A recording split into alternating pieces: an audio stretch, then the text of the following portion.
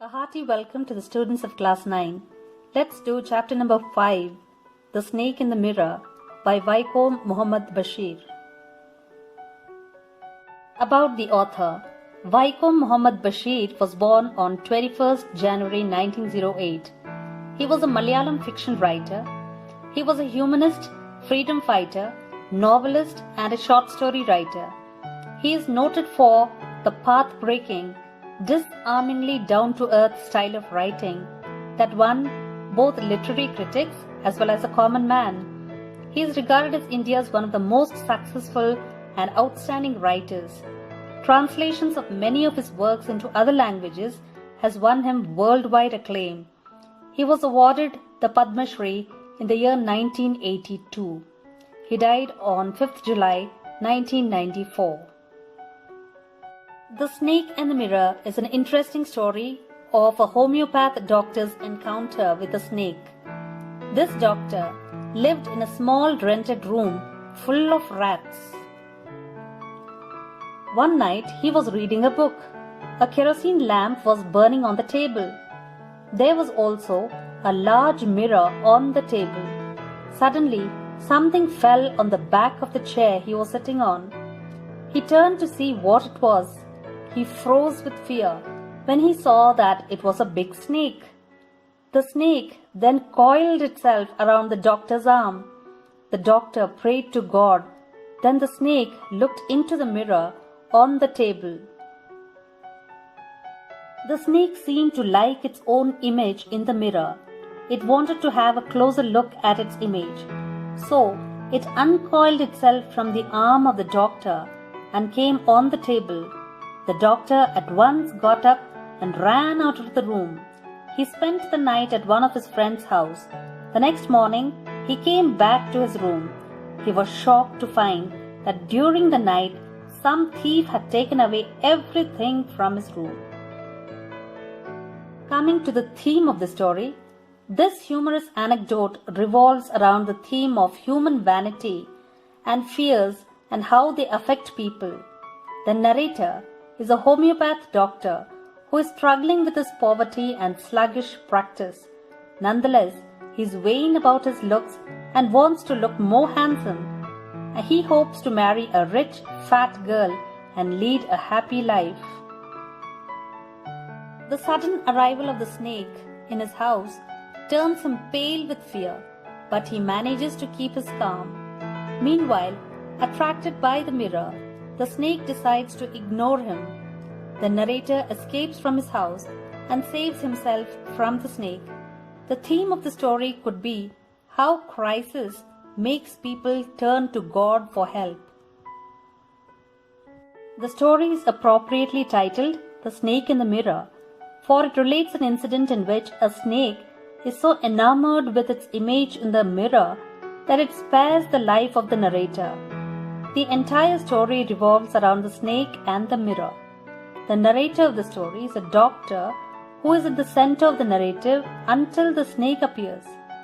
He has to be thankful for the mirror, because of which the snake spared his life. Had the snake bitten him, he would have surely died of fear or poison. The story conveys a beautiful message that one should not be proud of one's beauty, strength, or achievements. The fear of death makes a person realize how futile the worldly achievements are. It is in fact faith of God and modesty in life which makes a person strong. The doctor in the story is cured of his arrogance after a close brush with death.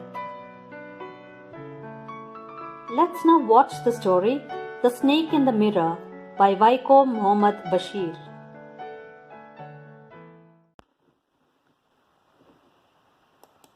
The Snake and the Mirror by Vaikom Muhammad Bashir. It is the story of a doctor who has just started his medical practice. He earns a meager income and lives in a small rented room, which is an outhouse with a tiled roof. The beam on which the gable is supported is full of rats, which keep moving in and out of the room. The room has no electricity supply. One summer night, the doctor takes his dinner at a restaurant and returns home. As the doctor opens the door of his room, he hears a noise from above. But he does not react because he is used to such noises. He lights the kerosene lamp, takes off his coat, shirt and vest, and opens the windows. He takes out a medical book from the table drawer to read. He keeps it on the table on which a lamp, a large mirror, and a small comb are placed. He opens the book and sits down. As he's sitting in a chair in front of the mirror, he looks at his image.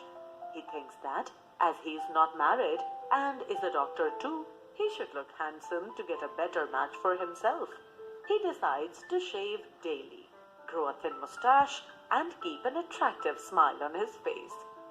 Gradually, his thoughts shift from self-admiration to planning for his marriage.